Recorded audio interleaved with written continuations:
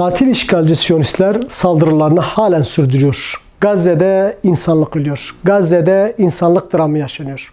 Gazze'de savaş suçu işleniyor. Gazze'de insanlık suçu işleniyor.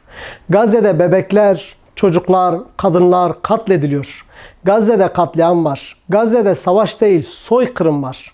Gazze'deki soykırıma dur demek her Müslümanın ve vicdan sahibi olan her insanın görevidir. Gün bu soykırıma karşı çıkma günüdür. Gün bu zulme dur deme günüdür. Gün Aksa tufanı destekleme günüdür. Gün Filistin'deki mazlumların yanında yer alma günüdür. Bu hafta Peygamber Sevdaları Vakfı'nın Gazi şehrimizde düzenleyeceği Kudüs ve Aksa tufanına destek mitingine tüm teşkilatlarımızla katılacağız. Ve siz değerli hemşerilerimiz de Kudüs davasına sahip çıkmaya davet ediyoruz.